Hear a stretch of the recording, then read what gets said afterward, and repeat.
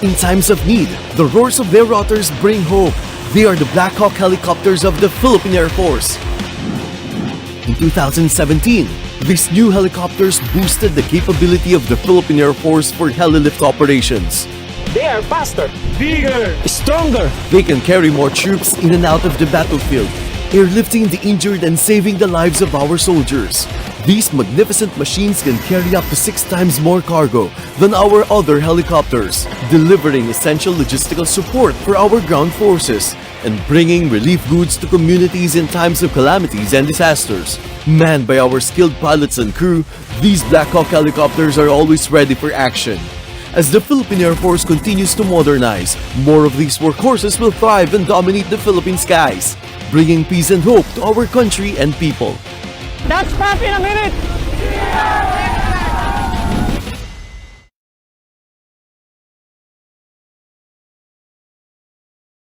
Magandang araw Tarlac, magandang araw Central Luzon. Welcome po muli sa ating programang Usapang Pangkapayapaan, Usapang Pangkaunlaran.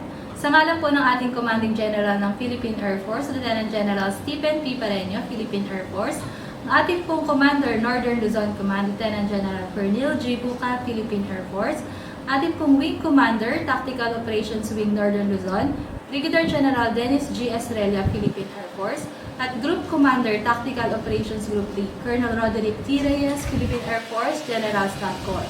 Ako po si Kasanggang LJ at katuwang ko po si Kasanggang Lay na muli pong nagbabalik bilang inyong mga host sa programa nating AFAP Tarlac. At tayo po ay magsasama-sama sa pagbabahagi ng impormasyon na may kinalaman sa pagsulong natin ng kapayapaan at kaunlaran. Ngayon ay magkakaroon po tayo ng talakayan tungkol sa Enhanced Comprehensive Local Integration Program o yung tinatawag nating ECLIP. At ito ay ipapaliwanag sa atin ni Katropang Tweet at Katropang Carlo ng Philippine Air Force Civil Military Operations Group. Magandang buhay Pilipinas! Narito tayo ngayon para sa bagong episode ng Usapang Pangkapayapaan, Usapang Pangkaunlaran o AFAP Pilipinas. Ako si Katropang Tweet. At ako naman si Katropang Carlo para sa isang makabuluhang segment ngayong araw. Partner ng mga nakaraang episode na talakay natin yung patungkol sa ECLIP at ang mga benepisyo na ito. Pero ngayon, partner, papakinggan natin at mapapanood ang isang kwento ng dating miyembro ng CPP-NPA-NDS na nagbalik loob na sa ating pamahalaan. Dito, malalaman natin kung ano-ano ang napagdaanan ng ating kasamang nagbalik loob na sa pamahalaan at sumailalim sa programang ECLIP. Let's watch this!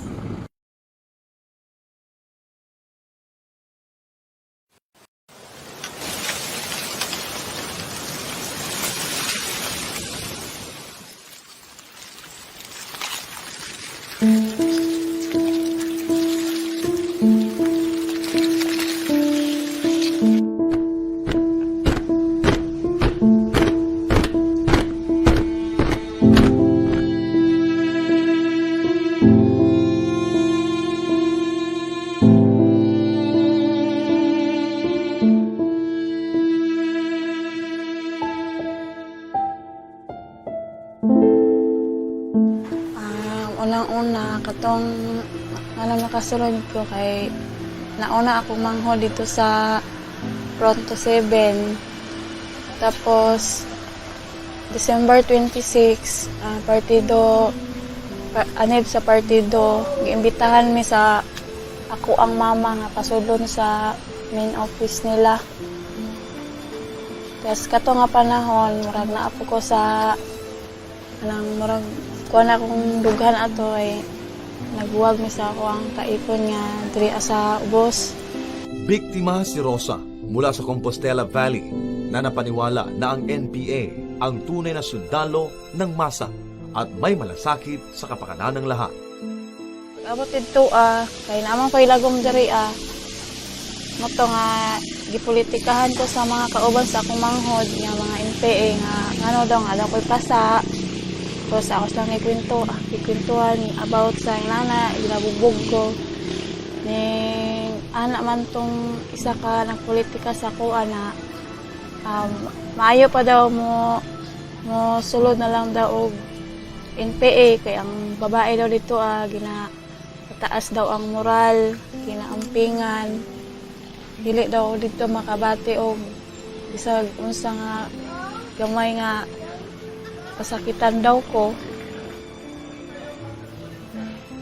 Ato nga, nakahuna-huna ko na nindot yun ay siguro nga musampa na lang ko. Pero akong adto, team 4 pa ko, kanang team supply. Tigtagtag sa mga supply sa mga kada isa sa mua para i-load sa bag. Pagkauman na po ato, isa kasi manang, ilan na po ang gitasan nga mag-medical. Medical mission mi sa Panangan, Japon. Gitudloan ako nila atog mag-ipot og gipon, watch and learn lang daw. Sa gikaloy-an jud naka praktika jud ko og 3 ka tawo. Naibtan ako ngipon. Ilan akong gipasektoran og kanang pusil M16. Tagaan ko nila og bag nga dagko, marag nagkahuna-huna na ko ato nga labi na pag-move na namo nga naan ako'y pugat nga bag, pusil, bis. Kana ko ato nga panahon nakahilak ato ko permero kay murag na nabigla akong lawas ba kay dili ko sanay magdala og mga bugat.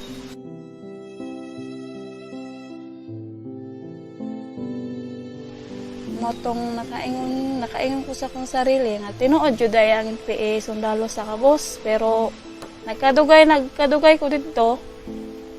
Nakita man dai nako nga murag nagkaanam naglutaw ba ang tinuod jud nila nga interest di ay. Marami ng dahilan para iurong na ni Rosa ang kanyang pag-anib sa kilusan. Andyan ang di makatarungang paggamit ng mga revolutionary texts na napupunta lang sa kamay ng mga pinuno at di pagkakapantay-pantay na pagtrato sa loob ng samahan. Nagsaad sila sa para sa mo nga NPA na may na-recruit nila, nagsaad sila og financial para sa akong pamilya. Pero makita man jud namo nga ay mga koleksyon para sa mga PI. Kita namo sa ilaha nga nindot kay sila mga pagkaon, ang ilahang pamilya suportado sa halimbawa kwarta, makapa-eskwela sila, pero kami nga mga ultimo lang parehas anang mga gagmay lang nga mga organo. Dili kung halimbawa mangayo may moingon lang nga pobre daw ang partido. Pero makita man namo nga dagko og mga koleksyon sama sa mga minahan, sa mga naay mga negosyo, extortion. Pero pag abot na sa amo, bisan nagkagisi-gisi namo gipang suot nga medyas, wala na may halos ikasuot, wala na may halos kaunon. Pero sila lami kay ilang pagkaon, mura nakita gyapon namo dito sila nga ang pagpahimulos gyapon sa amo nga mga ultimo lang. Sa mahabang panahong pagbubulag-bulagan at pagbibingi-bingihan ni Rosa, dumating na din ang isang bagay na nagpaliwanag sa madilim nitong pananaw.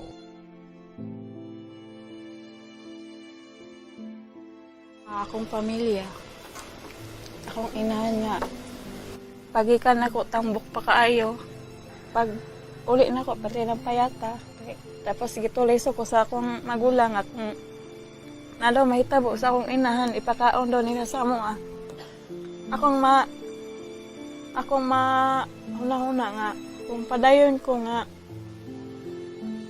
makigbisog, unya, nakita na nako ang usajod ilang katuyuan, nga nung natukod ng ingon nila nga pakigbisog, nga nang magpakabuta-bungol man ko kung halimbawa nakita na nako kung unsa ilang nag-unang interes. Dili na ko ikambi ang akong pamilya alang lang sa bakak nga mga tanaad nila nga daugon ang pakigbisog kung maangkon ang pagkapatas-patas. Gani sa sulod wala magay namo nakita ang pagkapatas-patas dito Kaya naman sa pagpasok ng 2019 ay sabay nitong sinalubong ang bagong taon na may bagong buhay. Naamay na isa ka squad nga nagkampo dito sa amuang sa balay sa akong magulang. Mato nga nakumbinsi ko nga kuha na lang, mag-surrender. Kay naluoy naman ko sa akong pamilya, basig madamay sila. Itong time nga, i-declare na nga, terorista ang NPA.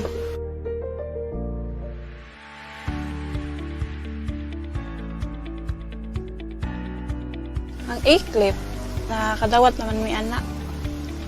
Hindot yun siya nga kuan, nga programa kay matabangan man mi nila. Himo na ko og balay, nga gamay. Akong mama, kuanan na ko og kanang tindahan nga para kung halimbawa magkalisod-lisod na sila'y makaon.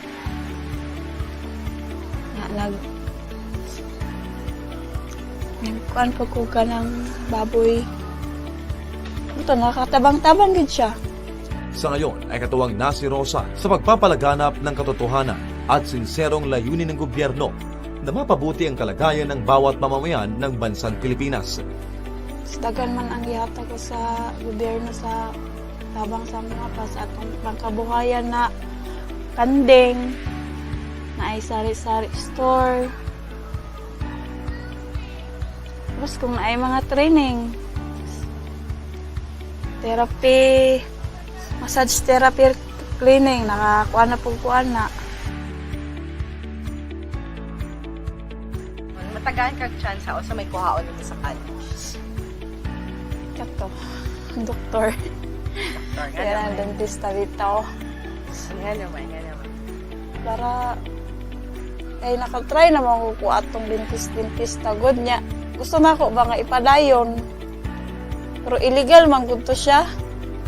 Okay man ang alakay kuan, alakay authorized na mga mangibot jud og ngipon. Katong walay kaya nga magpakuan sa ilang mga ngipon, magpaayos sa ilang ngipon. Kato akong unahon sa.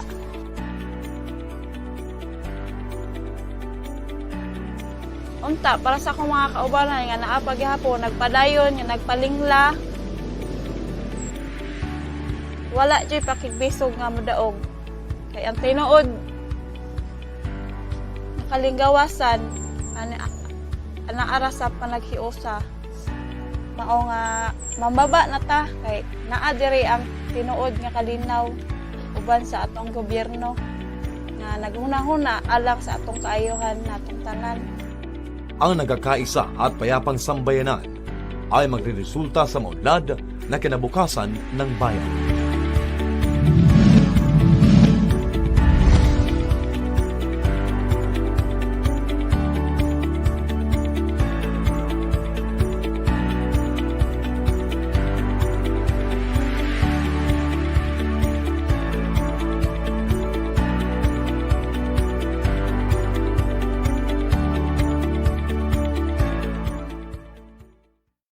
Nawa nabigyan linaw tayo sa kwento ni Rosa na dating miyembro ng CPP, NPA, NDF at ngayon ay nagbabalik loob sa ating pamahalaan.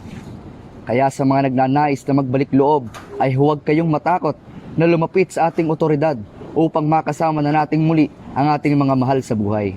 At para sa iba pang impormasyon, maaari niyong i-like at i-share ang aming official Facebook pages. Philippine Air Force Civil Military Operations Group. Muli ako si Katropang Tweet. At ako naman si Katropang Carlo para sa Usapang Pangkapayapaan, Usapang Pangkaunlaran, Up Pilipinas.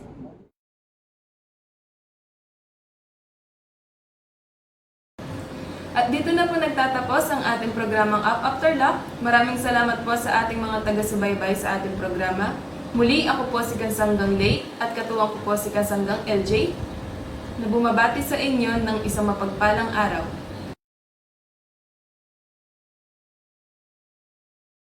Welcome to the 207 Tactical Helicopter Squadron's Child Minding Facility, a safe haven where children can learn, play, and grow while their parents serve the country. Guided by the provisions of the Magna Carta of Women, this facility is designed for parents and their children to balance their parental obligations and work responsibilities. Books, toys, drawing materials, and activities such as watching educational videos are available to keep the youngsters entertained. Mothers will no longer have a problem breastfeeding and milk pumping, as the facility also offers a lactation station. A diaper changing station is likewise available in the facility.